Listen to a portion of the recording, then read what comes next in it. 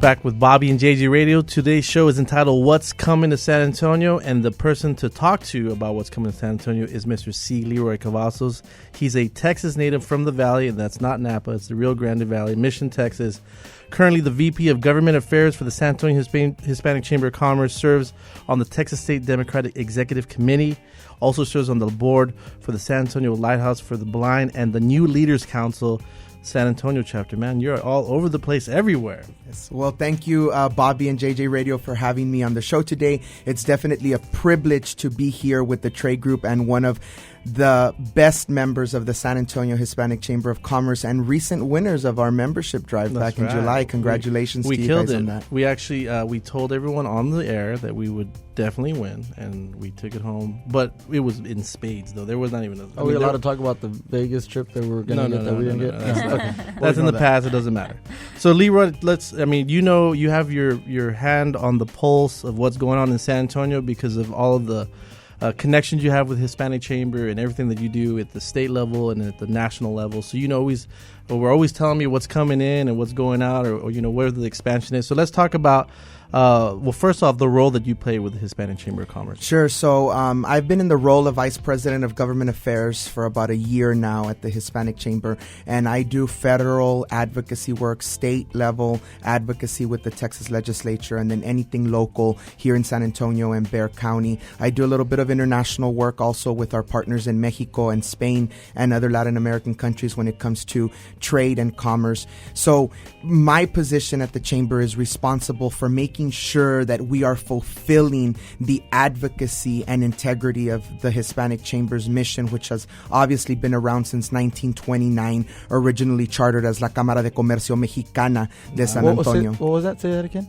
La Cámara de Comercio Mexicana de San Antonio. Got it. You can't even trip him up. That's how on point he is. Good. And so, so we take a lot of pride, obviously, in what we do in our advocacy work. Obviously, you know that we just came out of a major legislative session where we did a lot of advocacy around education, tax credits for small businesses, and that's really our lane. The Hispanic Chamber in San Antonio, we are not everything to everybody, and nor do we want to be. We are the small business chamber in town. You know that there's 14 other chambers in San Antonio, but we really take pride in that lane. We also take pride in being a very independent chamber.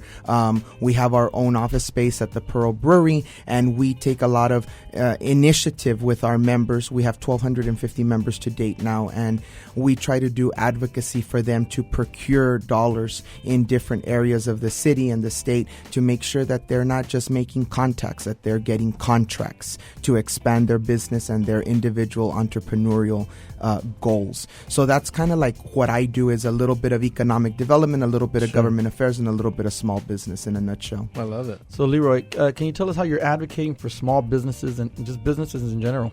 So right now, the Hispanic Chamber in 2014 and now in 2015 launched what we call the Small Business Diversity Scorecard, where the Hispanic Chamber has taken the role of scoring public entities in this city and to see and measure them on how much business they're doing with small minority women-owned businesses.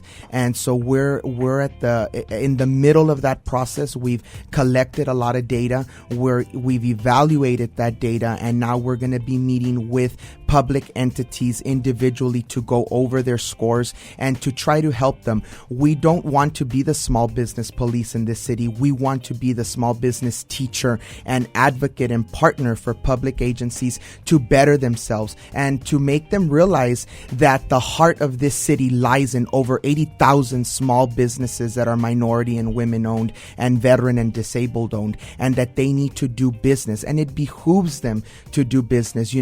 We don't want to be Donald Trump. We don't want to be kicking the Hispanic community out of press conferences. That's not our role. We want to be embracing of the Hispanic community, and that's why we are here to teach public entities in San Antonio how to embrace small businesses, and especially minority, women-owned, and veteran disabled-owned businesses to do business with each other. So you're going up to big companies and you're kind of saying, hey, look, the demographics here don't really make sense because you're not using the the small businesses that you should, or as far as demographically, you're not using enough women-owned business or disabled veteran-owned businesses, and you're just kind of relating the numbers to them and trying to help them achieve the goals of what they really want to be at, as far as getting as many of those women-owned and veteran-owned businesses in contracts. Correct. And a lot of people, you have to start. It's a process. So we ask the public entity, do you have a minority women-owned, veteran-owned policy in place? If they don't, we help them create one. Then we take it to their leadership and help get it passed.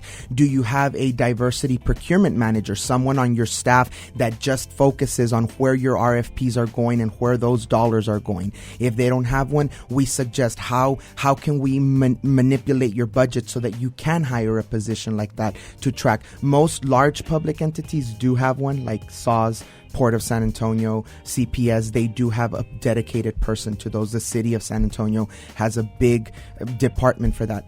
Cool. We're going to be right back with some more with C. LeRoy Cavazos. Stay tuned. You want to hear this week's Mortgage Matters. We got a lot of updates on FHA. Don't move an inch.